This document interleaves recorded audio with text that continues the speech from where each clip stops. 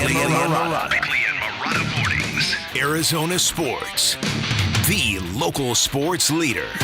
Bickley Blast. In the disgusting, hypocritical, mercenary realm of fork-tongued football coaches, we have never, ever seen a week like the one that just passed. Nick Saban retired. Bill Belichick was quiet-fired. Pete Carroll was put out to pasture. Mike Tomlin might lose his job despite never having a losing season in Pittsburgh. And think of the karma and revenge that will be in the air locally if Nick Sirianni loses his gig in Philly, in a city that once thought Jonathan Gannon was the devil incarnate. But locally, the story that hits hardest is the poaching of Jedd Fisch, a head coach who had been telling everybody how committed he was to the future of Arizona football, only to bail for Washington, instantly unplugging all the energy and all the hope that 2024 might be the year of the Wildcat, when Arizona scaled unprecedented heights, competing for national titles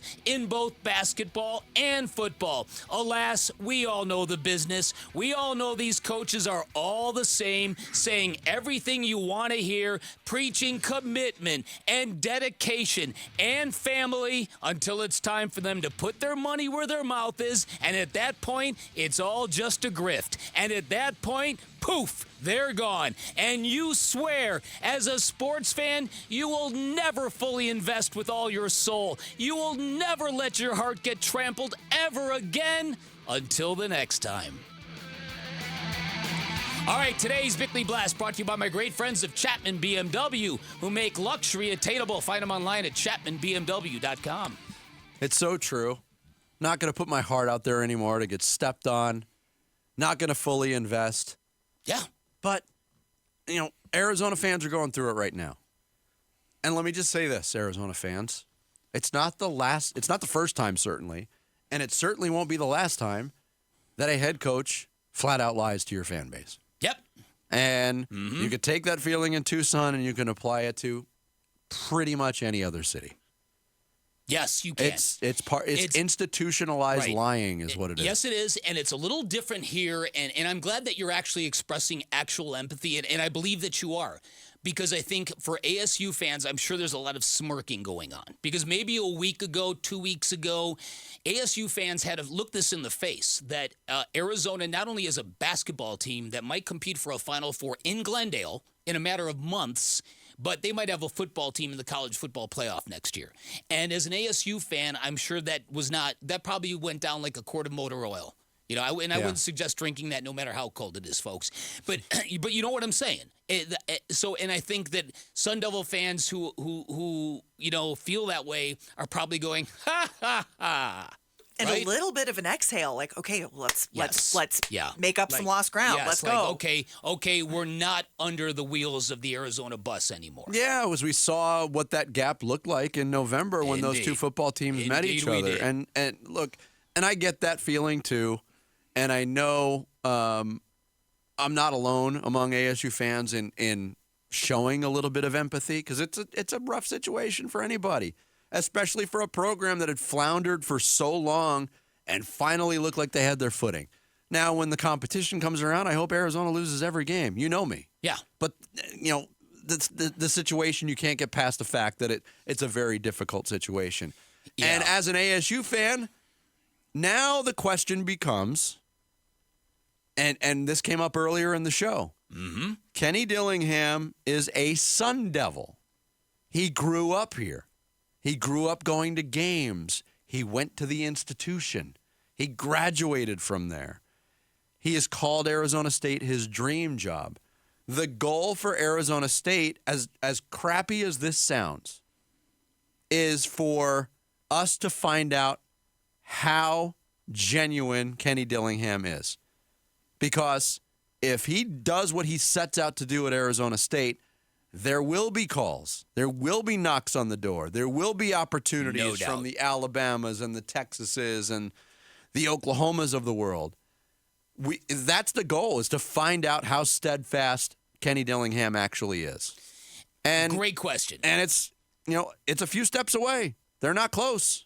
No, and the question becomes, is Kenny Dillingham now invested like Lute Olson would be? And you brought up that story earlier because that really is, part and parcel as to why this Arizona basketball team has this lineage and has this program that they do is they had one guy who was going to be dramatically different. Yes. You know what I mean? To say no to Kentucky, to stay in Tucson.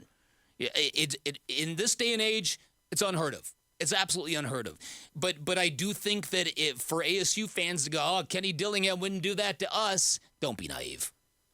Don't be naive. Everyone's got a price. Everyone's got a price. If it happened, it would be even more devastating because of that emotional connection. Well, there is one of the factors that I'm wondering in Jedd Fisch's decision was obviously there's the money. Yes. And obviously there's the facilities and stuff like that. But how much of this factored in where he looked at Arizona and said, maybe we've sort of reached close to what the ceiling is at this university? Because maybe he never thought that he could turn this into a program that every single year would be competing for a national championship. Yeah, I mean, the history, if realistically... Because that's the only way you're going to get someone to stay. If you're sitting in Jedd Fisch's chair and you're like, wow, is this sustainable? Sustainability is what eludes most college football programs. It's eluded ASU. It's eluded Arizona. We were talking off the air, Bick. Oregon, until this year, basically, has been a stepping stone job. The University of Oregon, with all of their financial riches, with all of their resources, and with all of their on-field success that couldn't hold a coach. Yeah. Until Dan Lanning said to Alabama, nope, I'm staying. I'm good. Yeah, you're right about that. And again, I think in situations like this, you take your cue from the players because players are smart. They understand. And if it were a situation where, oh, look, coach got an incredible offer, we're not hating. Of course we get it. We're sort of in that mindset too. Arizona players were not at all happy. You read the reports, they were blindsided by this, and that tells you that the lie extended to them. And maybe it wasn't a lie, but they kind of was. Yes, they believed. Yeah. They believed they were part of something bigger than money. I've seen so much criticism from the U of A fan base, and I think a lot of it is warranted. When you come in as a Jedd Fisch, and let's face it, that hire was scoffed at by a lot of people initially. An NFL assistant coach who jumps from college. I'd never heard of him. And blah, blah, blah. I didn't know who he was. And then a rough first year where they win one game. But planting the seeds of this whole mentality institution-wide it's personal. It's us against them. We're a family. Let's keep it internal. And then at the first opportunity, you're bailing? Yes. I get it. I get both sides of it. But back to your point, Jarrett, about him maybe thinking that he's reached his ceiling. He's 3 years in. It's not like he's butting up against the ceiling 5, 6, 7 years in a row. Yeah. Like, you just got the team to double-digit wins. You're right. You're right on the verge of busting through that. You might have broken through the ceiling. So, yeah. And like I said, you're entering a new situation that I think was better for the U of A football going to the Big 12 in that situation. Did I see reports, though, that their first choice was the Kansas coach, Washington, and he turned them down? Did anybody else see that? Lance, how do you say it? Leipold? Yeah. Leopold? Yeah. I don't know. I I hadn't didn't see seen that report. Oh, okay. Well, Kansas is another program that's on the upswing. Yeah, but come on. That seems insane to me. Anyway, well. So you don't blame Jedd Fisch, is what you're saying. Jarrett's all over the map. I don't think Jarrett's made one bit of sense all morning. He's all over the map. You're saying like he's five things. He's hopped up on cough syrup. You're all gooped up on the moon juice, Jarrett. He's mooned up on the goon juice. You're mooned up on the goon juice. I don't know how in the world anyone would want to pick Kansas over Washington, so that's what I was saying. Yeah, I don't know. Kansas is not even where Arizona is right now in football. So that just surprised me. Right, again, but you're referencing a report none of us have read and may not even be valid. They're not far off. I saw it reported. Okay. Yeah, The Athletic Okay. Also reported that he chose to remain at Kansas despite Washington interest. There you go. Interest being the key. I don't know if there was an offer. Yeah, that's different, right? And maybe it was interest until, hey, we can get Jedd Fisch. Mm-hmm.